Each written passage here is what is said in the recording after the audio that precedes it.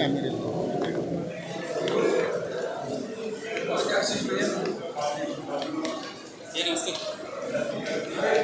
पहले कैसे लगे?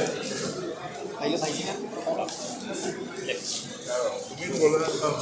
तुम्ही बोला सीबीसी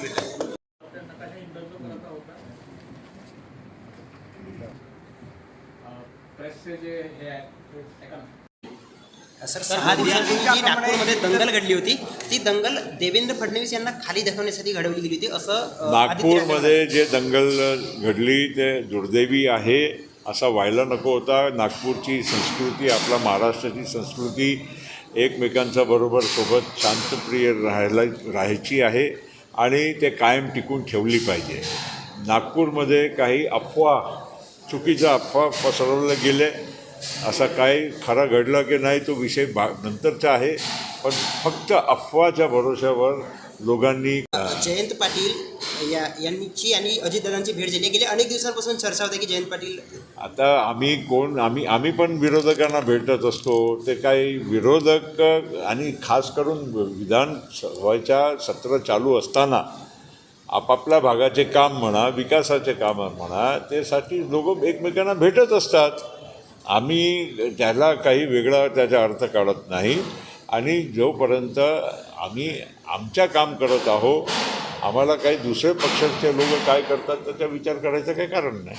छत्रपती शिवाजी महाराजांचं अपमान केलं होतं प्रशांत कोरडकरनं आणि ते आता दुबईला पळून गेल्याच्या चर्चा आहेत. वडेट्टीवार यांनी याच्यावरून गंभीर आरोप केला पोलिसांनी पळून. आता मला काही माहीत नाही ते कोण काय बोलतात. फक्त एवढंच म्हणतो की आपण महाराष्ट्राच्या संस्कृतीला टिकून ठेवायला पाहिजे आणि शिवाजी महाराजांच्या बद्दल सगळ्यांना मान आहे.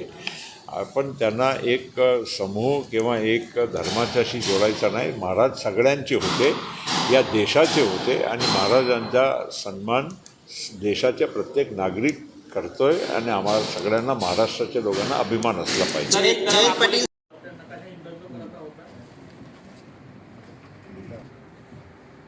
प्रेसचे जे हे आहे काय मात्रा काय आहे सर नॉर्मल जर ॲक्विजिशनमध्ये लोक आले तर आपण ग्रामीण भागात 4 पट देतो आणि लँड रेट ऑफ रेकनर नाही sir ready reckoner rate or sales statistics whichever is high. म्हणजे जे शेवटच्या जे रजिस्ट्री झाले असेल हां 3 वर्षाचे रजिस्ट्री आपण त्याचे ॲव्हरेज करून ॲव्हरेज करून काढ आणि नाहीतर रेकनरचे हां रेडी रेकनरचे 4 आणि जर ॲग्रीमेंटमध्ये आले तर आम्ही 5 पट देतो. ॲग्रीमेंटमध्ये आले म्हणजे म्हणजे अच्छा स्वेच्छाने आले तर 5 पट. हां त्याच्यात सर मग ते एनहान्समेंटसाठी जाऊ शकत. 4 पट दिले तर ते एनहान्समेंटसाठी जाऊ शकतात.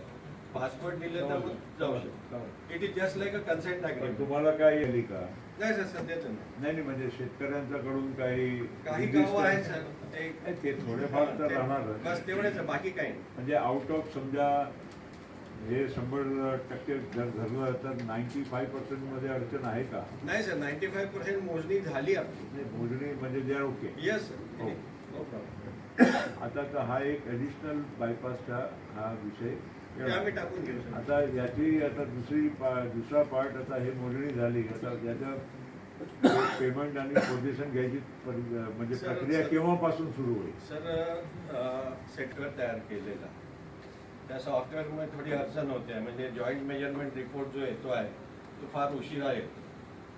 म्हणजे पहिले आम्ही मॅन्युअली सबमिट करायचो तर 2 आठवड्यात आम्हाला मिळून जायचं.